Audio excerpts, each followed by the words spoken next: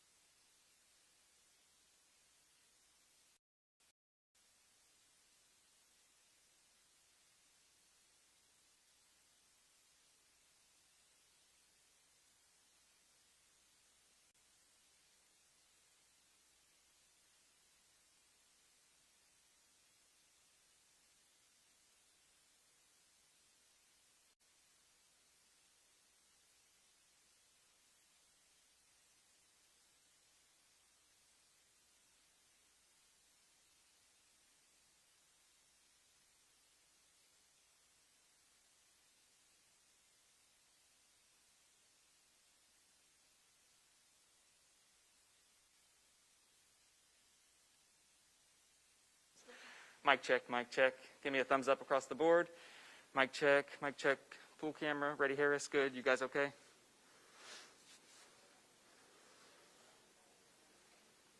Good, thank you. Good on sound? Oh, that's okay. Just one final test. Test, 1, 2. Okay, good job. Thanks, guys. Here, just a sec.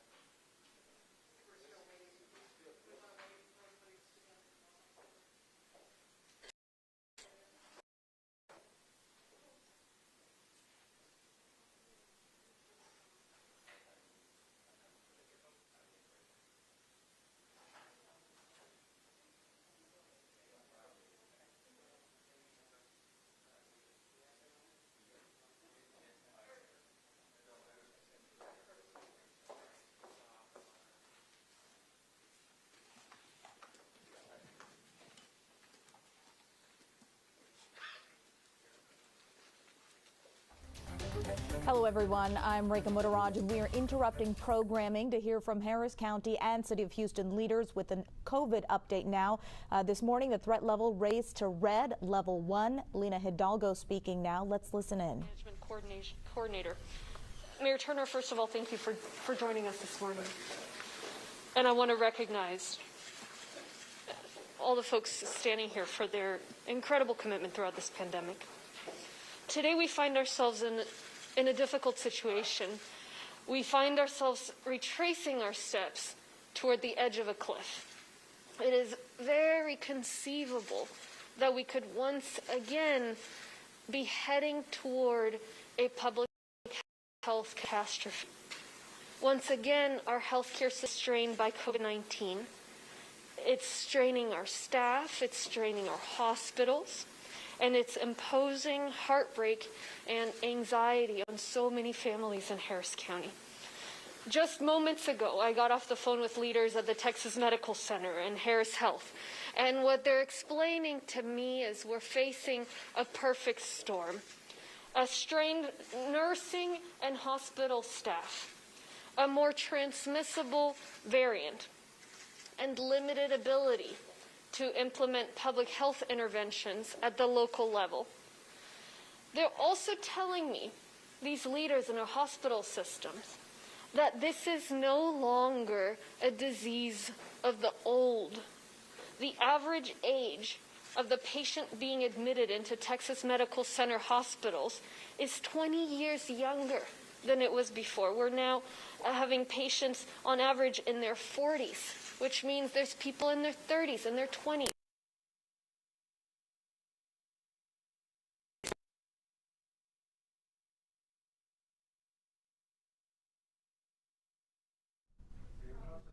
The patients are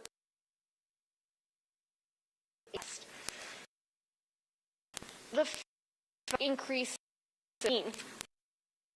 started March.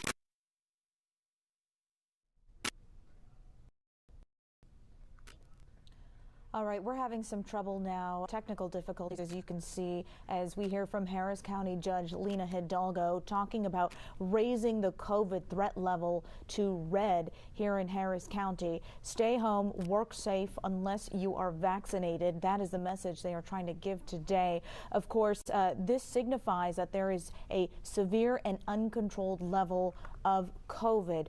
Harris County Judge Lina Hidalgo saying we are finding ourselves retracing our steps to the edge of a cliff, talking about how this is more of a transmissible variant, the Delta variant, of course, of COVID, and talking about the limited ability for public health officials on the local level to implement any interventions. So again, the COVID threat level has been raised to 1. They're asking that unvaccinated people minimize their contact with others.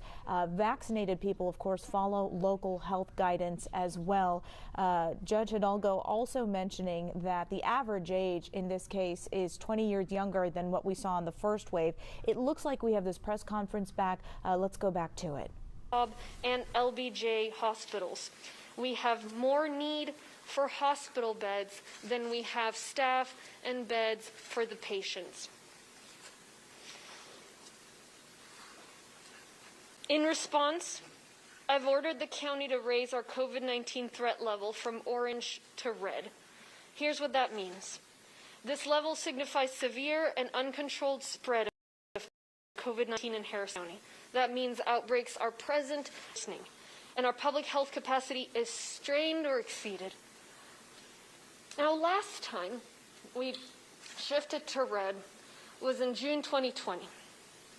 Our community rallied, and within 14 days, the numbers were trending down instead of up. So we know we can change this.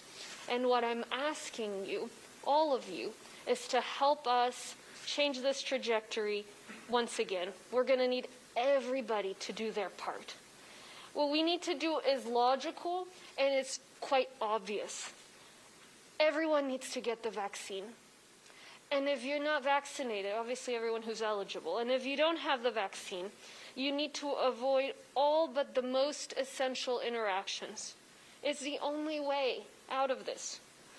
Unvaccinated and vaccinated individuals need to wear their masks.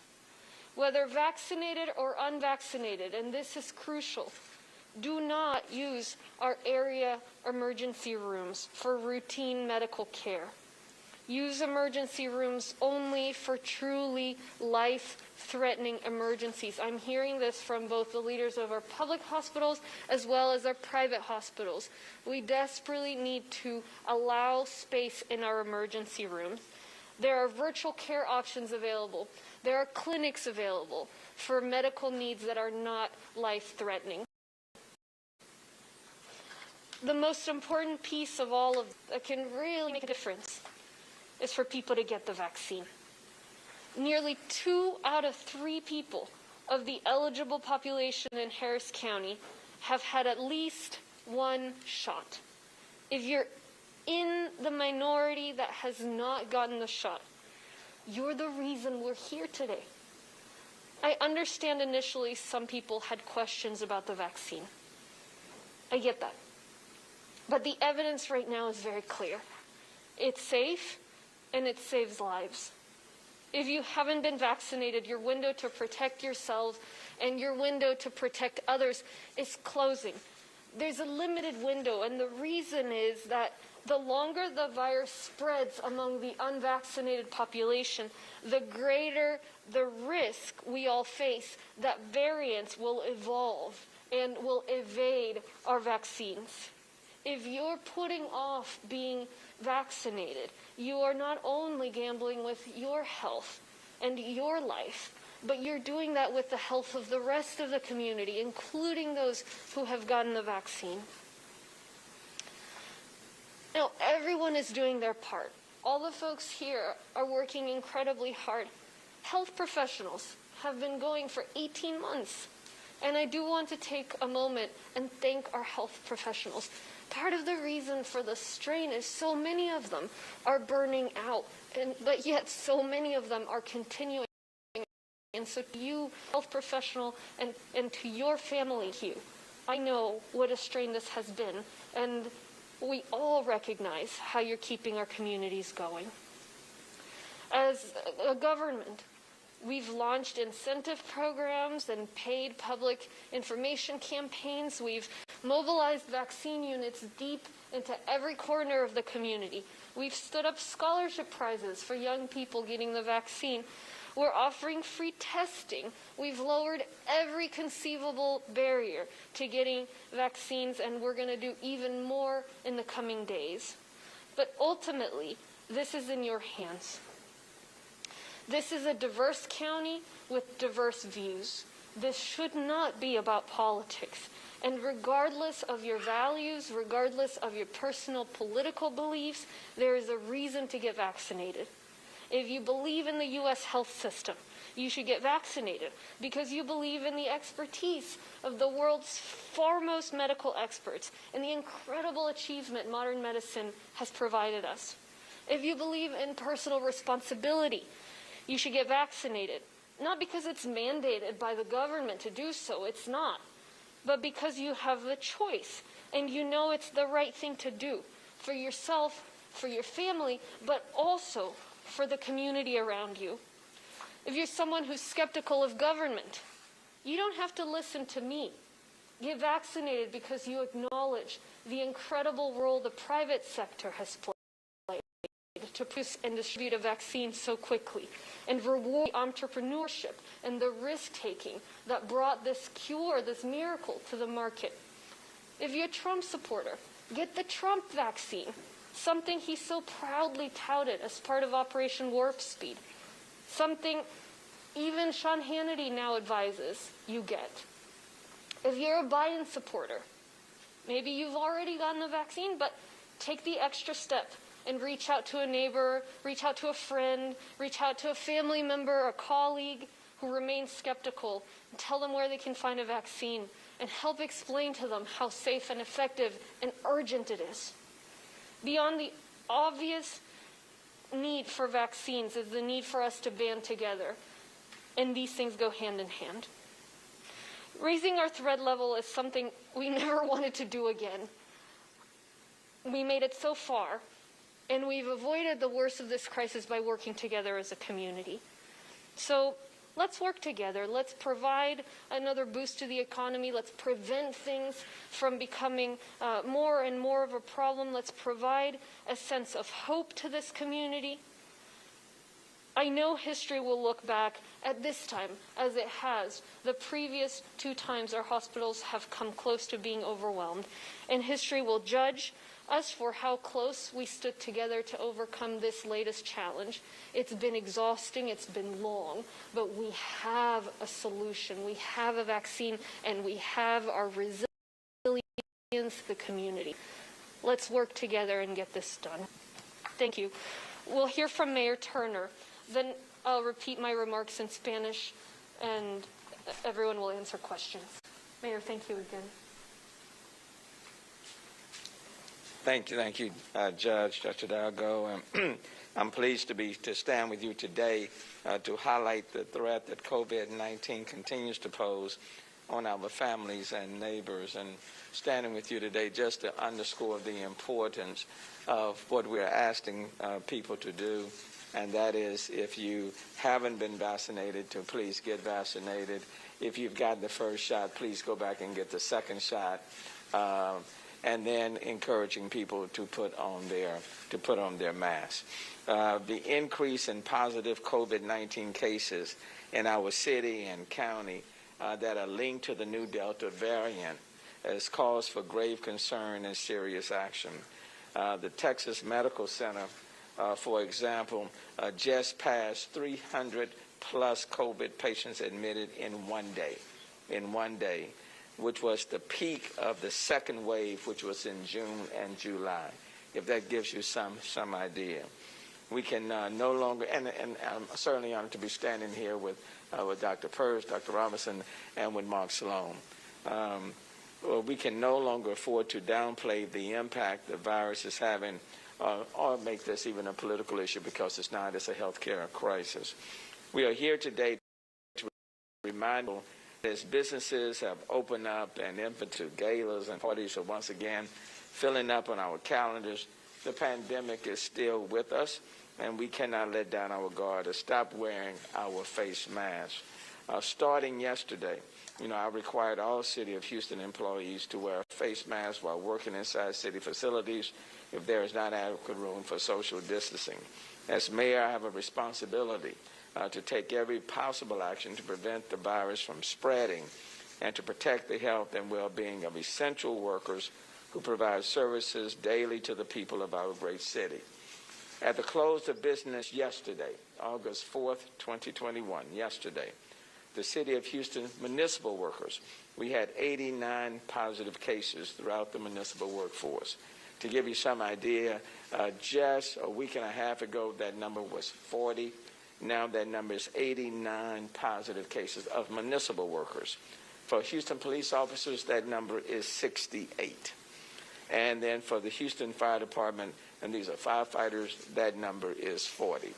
And I will tell you, in the last week and a half, 2 weeks, these numbers have increased. So we now have 89 positive cases of municipal workers, 68 Houston police officers, and 40 Houston firefighters. 3 city employees, as of today, are hospitalized, dealing with COVID-19. Now, that points out the spread that's taking place in our city, and I will tell you, not only will that impact these particular employees, but it impacts the jobs that they are doing, and so the services that are impacted by will be impacted in this city. We know that vaccinations are the best way to protect yourself and your loved ones during what many doctors are calling the 4th wave of the pandemic. And wearing a mask is another way to slow the spread of the virus. And that is also why I believe it is important for us to allow local control, the state to allow local control, especially to our educators, superintendents, board of directors, as everyone prepares to go back to school just in a matter of days, if not weeks.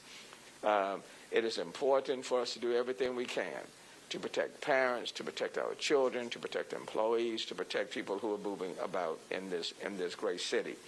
Another fact to consider in the city of Houston about the current threat of COVID-19, the level of SARS-CoV-2 in Houston's wastewater, and Dr. Peirce can speak more to this, is 320% higher than the benchmark level of July 6, 2020. That's 320%. This is the highest level since the Houston Health Department started tracking it. That means more people are currently shedding virus in their waste than during the summer surge of 2020 and the winter surge earlier this year. And this is an indication that the virus is rapidly spreading and the increase in cases will continue at least for weeks.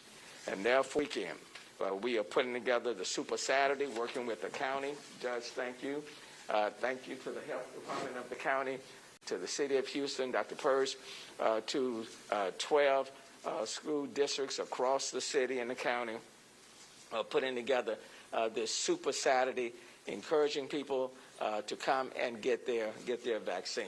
And what I would say to people, be more scared of the virus than of the vaccine, because this virus is no joke. And currently in the city of Houston, 54.3% of Houstonians aged 12 and above have been fully vaccinated, but we need a lot more. We do need a lot more. And I agree with Judge Hidalgo.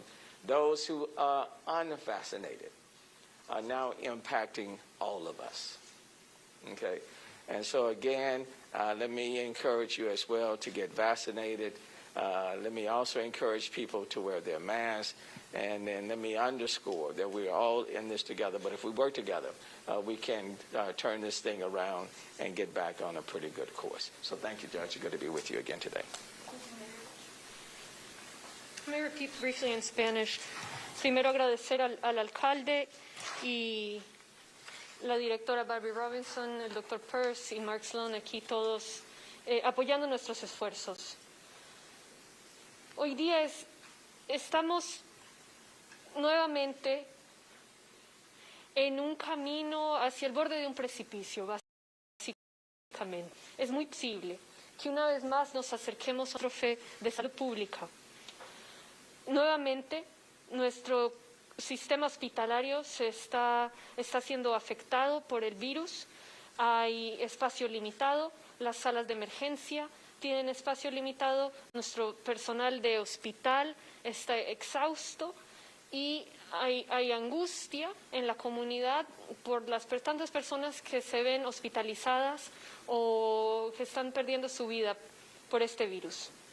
Hace solo unos minutos estuve hablando por teléfono con líderes en nuestro centro médico de Texas, el centro médico más grande del mundo, y hablando con líderes de nuestro sistema hospitalario público, el sistema Harris Health. Me avisan que estamos enfrentando una tormenta perfecta, un personal hospitalario y de enfermería sobrecargado, una variante más transmisible y una capacidad limitada para implementar intervenciones de salud pública al nivel local. También me dicen que esta ya no es enfermedad de las personas mayores. El promedio de edad de los pacientes ingresados a los hospitales en el centro médico son 40 años, alrededor de 40 años. Eso significa que hay pacientes de 20, 30. Este es un virus que está afectando a todo el mundo. En este momento, todos los indicadores que observamos para medir qué tan grave está la situación se están moviendo rápidamente a la equivocada. Los números son increíblemente altos. Nuestros casos y hospitalizaciones están incrementando de una manera casi vertical. Es una tasa de incremento a veces la más alta que hemos visto en toda la pandemia. La tasa de positividad, por ejemplo, se ha triplicado al 15%. Hace solo 22 días estaba bajo el 5%. La tasa de positividad en este momento se está doblando cada 1.8 semanas. Eso es la tasa más rápida que hemos visto, el incremento más rápido que hemos visto desde el principio de la pandemia. Y los reportes de las experiencias dentro de los hospitales nos dicen también que esta es una situación urgente. Hay reportajes de las salas de emergencias llenas, de trabajadores hospitalarios que no dan más y obviamente tantas historias que escuchamos de jóvenes hospitalizados o muriendo. Nuestro sistema público hospitalario está en medio de una situación de emergencia. Las salas de emergencia están llenas. Tenemos menos camillas que pacientes, menos enfermeros, menos trabajadores hospitalarios de los que se requieren para poder tratar a todos los pacientes en las UCIs de los hospitales públicos. Entonces, como reacción a esta situación, estoy ordenando que el condado eleve el nivel de amenaza de COVID-19 de naranja a rojo. Eso significa que hay un nivel significativo y no controlado de COVID-19 en el condado. Significa que los brotes están presentes y se están empeorando, que la capacidad del sistema público, del sistema hospitalario, está cerca del límite. La última vez que el condado se movió, que el nivel de amenaza se elevó de naranja a rojo, fue en junio del 2020. En ese momento la comunidad inmediatamente trabajó todos juntos y a los 14 días de elevar el nivel de amenaza ya estábamos viendo los números caer. Vamos a necesitar hacer eso nuevamente. Y lo que hay que hacer es lógico y es obvio. Todos deben ponerse la vacuna, todas las personas elegibles deben vacunarse. Si no tiene la vacuna, necesita intentar no llevar a cabo interacciones no necesarias. Los individuos, tanto vacunados como sin vacunar, deben utilizar las mascarillas. Tanto vacunados como sin vacunar, esto es importante, no utilice las salas de emergencia a menos, salvo que sea una situación urgente. Las salas de emergencia se están llenando. Hay opciones virtuales en línea, hay muchas clínicas en la comunidad, entonces, por favor, si es algo que no le está poniendo su vida en amenaza, entonces no visite las salas de emergencia. Pero la solución más eficaz es ponerse la vacuna. Y de eso también quiero hablar brevemente. Casi 2 de cada 3 miembros de esta comunidad elegibles para recibir la vacuna ya se han puesto al menos una dosis. Si usted es parte de la minoría que no se ha vacunado, usted es la razón por la cual estamos aquí hoy día. Entiendo que inicialmente muchas personas tenían preguntas acerca de la vacuna, pero la evidencia ahora ya, tantos meses después, es muy clara. La vacuna es segura, la vacuna salva vidas. Si no se ha vacunado, el tiempo que tiene para vacunarse, para protegerse a usted, a su familia y a toda la comunidad, se está cerrando. Ese espacio se está terminando. ¿Por qué?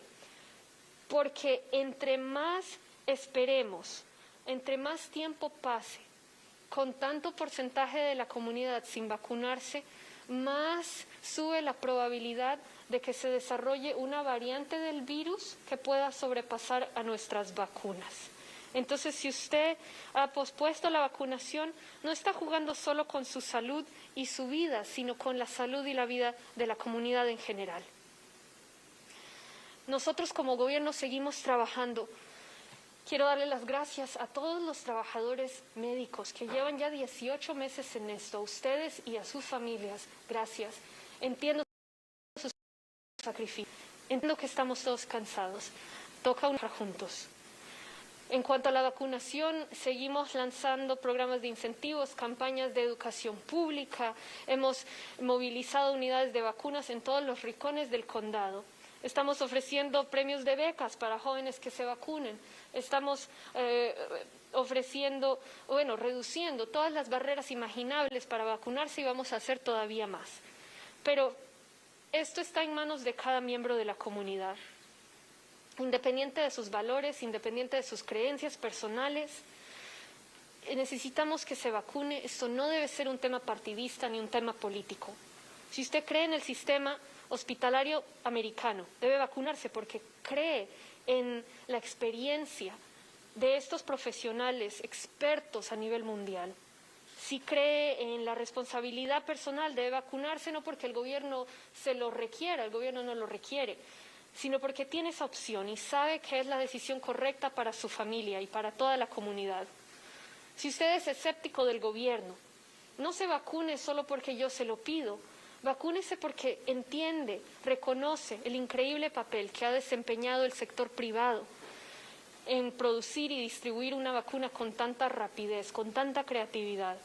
Si usted es un simpatizante de Trump, obtenga la vacuna Trump, que él promocionó con tanto orgullo. Si usted es un simpatizante del presidente Biden, tal vez ya ha recibido la vacuna, pero tome ese paso. Otras personas en su vida, colegas, amigos, familia, ponga la vacuna. El elevar el sistema de amenaza no es algo que yo quería hacer nunca más. Hemos llegado hasta aquí, hemos pasado por muchos tiempos difíciles, hemos logrado trabajar juntos en cada ola del virus, hemos logrado evitar las crisis hospitalarias que se han visto en otras comunidades y necesitamos trabajar juntos nuevamente. La historia va a ver qué hicimos en este momento. Han visto cómo hemos trabajado juntos en el pasado. Hoy día lo que es distinto es que existe la vacuna. Entonces, no se trata solo de tomar precauciones como la mascarilla, se trata de vacunarnos, de tomar ese paso rápidamente antes de que las variantes se extiendan y ya poder salir de esto de una vez por todas, asegurarnos que la economía vaya de subida permanentemente y lograr cambiar la página un poco en este virus. Entonces, es una situación urgente, es una situación trágica, estamos todos muy cansados de esto, pero hay una solución. Ayúdenos, nosotros estamos trabajando por usted, pero los necesitamos. Por favor, póngase la vacuna, si no se ha vacunado, evite cualquier tipo de reunión, porque se está esparciendo mucho este virus. Muchas gracias. We'll take questions. Judge, obviously these are recommendations you're barred from requiring these kinds of things from the governor. The mayor was talking about, implementing a mask mandate for city workers at Lincoln County and doing the same thing for unvaccinated workers. Do you think the ban on mask mandates and vaccination mandates from the state level, as in the help of county and city officials? As I said, it's a perfect storm, right? It's not just the lack of hospital staff, the shortage in hospital staff. It's not just the large unvaccinated population. It's not just the more transmissible Delta variant, but part of it is also the fact that our hands are tied. A lot of what turned the tide in the past, in previous waves, is that we were able to implement public health recommendations that have proven to be more effective. But I know there's a lot of conflicting messaging, there's a lot of confusion, so I don't want to talk about what I don't have the ability to do. The truth of the matter is, the best we can do right now, the most we have the authority to do right now, is what we are doing. And so, we're going to continue to make the most of that and really be direct with the community about what we need them to do. Is there a frustration, though, as the manager of thousands of employees, that you can't do what you would like to do to keep those employees safe? It does break my heart. Every death, every hospitalization, all the stories I hear. I was talking to the medical center leaders about a couple of pregnant women, for example, going through a very hard time right now because of the virus. Young people, children. It's just, it's sad in and of itself, but it's particularly sad because it's preventable. And so, yes, any policy that ties our hands in some ways contributes to this, but so does not to get vaccine. And so that's where we do their part. The mayor giving. That's all right. Just saying, if you have any thoughts onto that in terms of the frustration that, having your hands tied and not being able to protect the employees, you mentioned the cases of facility. I think we all want to we want to have all the necessary tools at our disposal to combat this pandemic and this Delta variant that is impacting so many lives. And certainly at some point, Dr. Peirce can speak to what he just told me today in terms of people being transported out from this area to other places, to other hospitals outside of the state of Texas. That points to the severity. But look, the way I'm going to be dictated by the numbers and the spread of this pandemic. To have 89 municipal employees that have contracted this virus, 68 police officers, 40 firefighters. If those numbers, for example, continue to grow, then that's what will dictate my response as the mayor of the city of Houston. I'll take whatever steps we need to take in order to protect the people, my employees, and the people in this city. So let me just leave it there.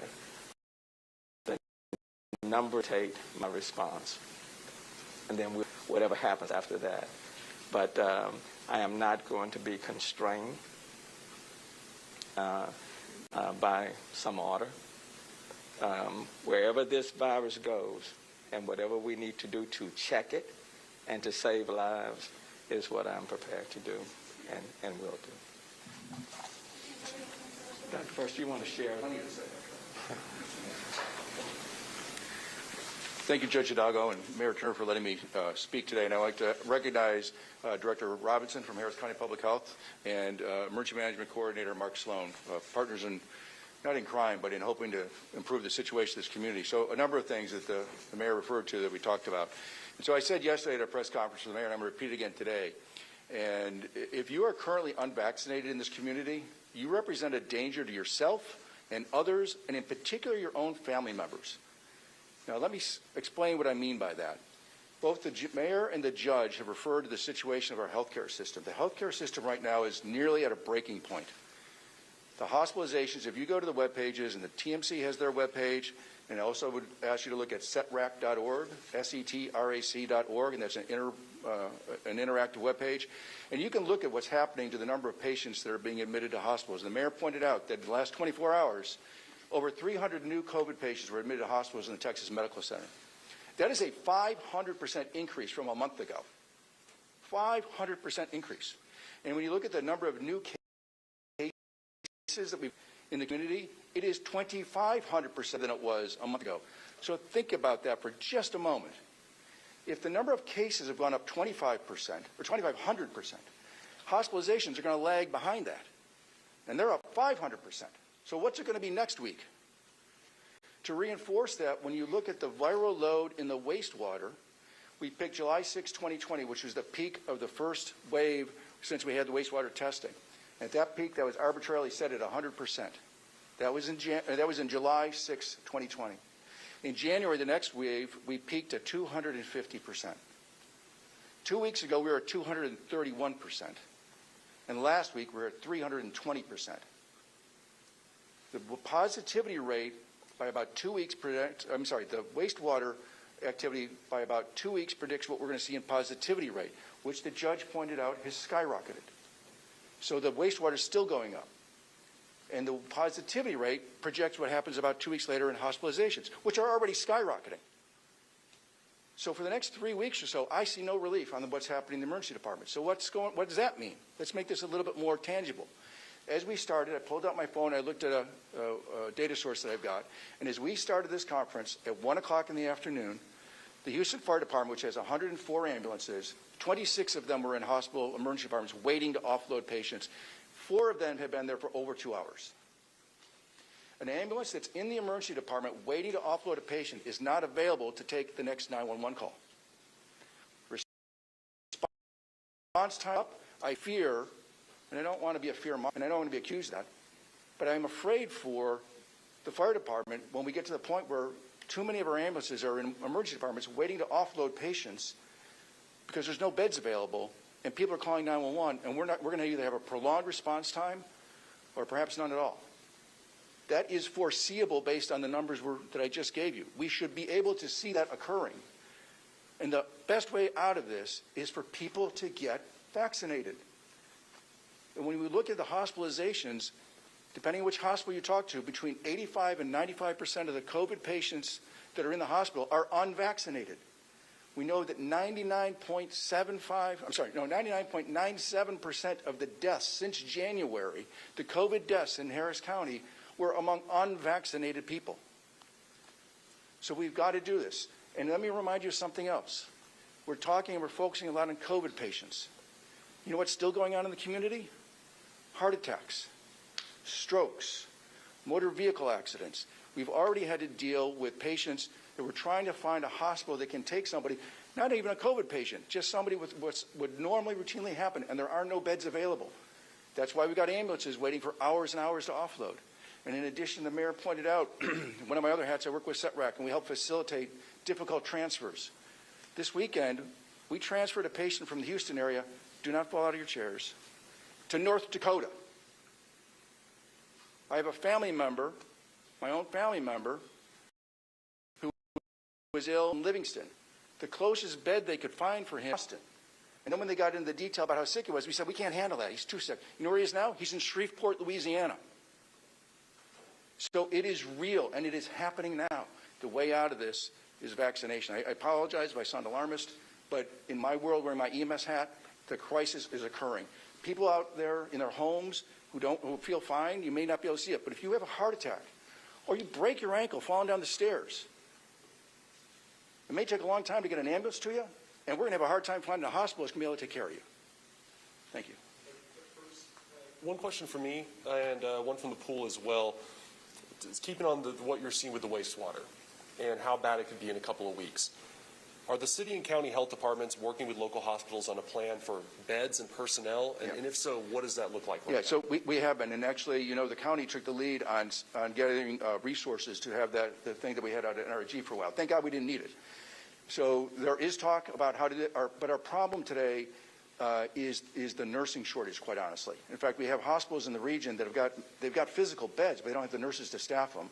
We have other hospitals that have taken the recovery room and clinics and converted them into patient rooms because they were able to find nurses to do it. So all the hospitals are pulling out all the stops. But if we look at an alternate care site, a field hospital, whatever you want to call it, right now our rate limiting step appears to be nursing, quite honestly. And I'll tell you what, right after that is going to be physician staffing and respiratory therapists. But right now it's the nursing shortage, which is preventing us from being able to do something like that. We are talking, they are desperate for something like that to contribute. One more question from the pool. Will you continue to monitor COVID-19 through wastewater? Can this testing trace which variant is most present and where? And then another station wanted to know specifically about the Delta Plus variant. Yeah. Are you seeing it? Yeah, so not a big surprise. We do look at that, and it's almost entirely Delta variant, and it's everywhere. So, okay. Judge Hidalgo, if I may, a couple of questions from the pool. I've got two from KPRC. First one is the Arkansas governor says he regrets banning masks. Of course, we know Governor Abbott is doubling down on not enforcing masks and has said lockdowns are wrong during a pandemic. They want to know, how are your safety suggestions any good when the state refuses to support you? From the beginning of the pandemic, the most difficult thing, every time folks ask me, what has been the toughest thing to deal with has been the mixed messages. And I hear that from the community all the time. So you get mixed messages from different levels of government. What I can do, what I have a responsibility to do for the 5 million people that live in this county is be very clear and very transparent with what's going on and with our recommendations. And so as your county judge, as your local official, my recommendation is, number one, get the vaccine. Get the vaccine if you're eligible. Number two, if you, regardless of whether you have or don't have the vaccine, wear a mask. Avoid the emergency room unless it's a situation. And if you are, you need to avoid unnecessary interactions. Of course it makes it harder to do all this. It makes it harder for the community to rally when all we can do is suggest and encourage. But that's where everybody comes in. Each person in this community is powerful. It's unfair to rely just on that. I mean, the truth of the matter is it is. We don't have a recommendation system for seat belts and parking in handicapped spots and provisions for how we treat emergency vehicles, or none of that is suggested. It's a lot easier when there are certain rules for the most important, most life-threatening issues. But you know what? As a community, we need to work together. I'll continue to be as clear as possible, and the mayor and I will continue to be in close communication about making sure we do everything we can do. I will add about the emergency shelter and the conversation Dr. Peirce was just having is, yes, we are looking into added capacity. The strain always will start in the ICUs, and it's harder to add ICU capacity, but that is, there's a couple things that make this wave particularly difficult.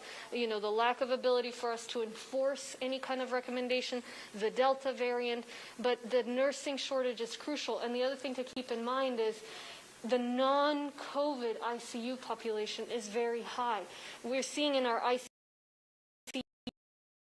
pandemic levels of so overall, these hospitals are strained not just with COVID, but with non-COVID patients as well. More questions from the pool, if I may. First one is again from KPRC. They say, why should a vaccinated person care about this threat level if they have protection from the vaccine? Many are growing angry with the unvaccinated. They have the attitude that, quote, if they don't want to protect themselves, let them get sick. So why should vaccinated people take your precautions? Yeah, I get the frustration, and we're all of us here are vaccinated. I know for a fact, and we're all wearing a mask, and they're not comfortable. But as with any issue, pretty much you think about as a community, we're connected. We're connected to one another, and that's proving to be true with this virus as well. Those who've gotten the vaccine are still at risk of transmitting the disease. The vaccine is working incredibly well, as it should, to keep people from being severely ill, to keep people from being hospitalized, and to keep people from dying. The vaccine is doing that. And almost 100% of the deaths all this year have been among the unvaccinated. But the real threat is with the variants. And as long as the vaccine, as the virus continues to spread in the community among such high numbers of unvaccinated people, then even those who are vaccinated run the risk that there's going to be a variant that our vaccines cannot sustain. We saw the Delta variant. now we're plus, and it's a race against time for vaccinated before we have a variant we cannot overcome. And so as a vaccinated person, what can you do? Okay, be frustrated for a minute, think you got the vaccine, you thought you were going to be able to give up on your mask, and then, you know, rally, get the mask on, work to get your community vaccinated, and to set that example, because it's a lot harder for the unvaccinated to wear a mask if most people are getting it. But remember, almost two-thirds of the eligible population in this county has gotten at least one shot of the vaccine. So those who are not getting the vaccine, you have got to join the rest of us and get that vaccine. And from Fox, they wanted to know the impact to city and county libraries, parks, and multi-service centers. They also ask about city and county health clinics, and specifically on that, will there be any changes to how service is provided? I think they want to know about capacity limits inside those buildings as well. Yeah, the capacity will shift immediately to libraries. We're working with our court system because, you know, it's connected. To the extent that the virus is spreading among the courts, jury, all of that adds to the backlog, which is a problem for the crime rate. So we have got to get this virus under control, and we're working on that. As far as our health systems, there is a ripple effect from the increased strain in our hospital system to non-COVID in our hospitals. At some point, and it's all public hospitals have to take staff from our public clinics in order to support the strain in the emergency rooms. And so during the previous waves in the pandemic, we have seen some clinics have to close simply because of the limited capacity and the need for them to shift to more urgent services. So that's why we need to get these trends turned around before our health system becomes more and more strained. Just to clarify on something you said on the question before, so under Code Red for vaccinated people, because a lot of the guidance is for unvaccinated people, what should people who have gotten the vaccine be doing differently now that we are in Code Red? Now that we are in COVID Red, if you have gotten the vaccine, we need you to still wear a mask. That is to set the example to normalize mask wearing again, really for the sake of the unvaccinated. We need you to avoid visiting the emergency room unless it is a life-threatening emergency. And we need you to encourage the people that trust you, the people you know, to go and get the vaccine. Other than that, if you are vaccinated, as you know, you are protected. You can go about your life. If you are not vaccinated, you need to avoid gatherings and non-essential interactions because you're just as vulnerable to this more transmissible, more dangerous virus that is taking an enormous toll on our community and our hospitals. One more that came in from the pool. Have you seen vaccination rates increase or so, given the Delta variant? Are more people getting vaccinated and heeding that warning? Yes, so we are seeing a good news in that front. We're seeing an increase in all providers of the vaccine. On the week of July 26th, there was a 15% increase in vaccination rates in the entire county. There was a 69% increase in vaccination rates the week of July 19th from the previous week. So, you know, where we've been seeing vaccination rates trend down, we are now seeing them trend up. And we need to keep that going, and we need to see bigger increases so that we turn that tide in our numbers before it's too late. We're also seeing the share of Hispanic and African American residents getting vaccinated increase, which is also very positive and very important because those are two communities that were falling behind in vaccination rates. To wrap things up now, the COVID threat level for Harris County is now at red. COVID outbreaks are present and surging because of the Delta variant. Leaders, of course, as we've been hearing, are asking everyone to do their part. Get the COVID vaccine. Dr. David Purse saying up to 95% of hospitalized COVID patients right now did not get the vaccine. So if you don't get it, though, you should avoid almost all social interactions. Also, wear a mask. That will help stop the spread. Now, to be clear, There's no order, there's no mask mandate because of executive order. Still, city and county officials felt the need to issue this grave warning. Of course, we'll have the very latest on KHOU 11 News at 4 and our KHOU 11 News app. And of course, our newscast starting at 4 o'clock with the 411. Thank you so much for watching. We now go back to programming.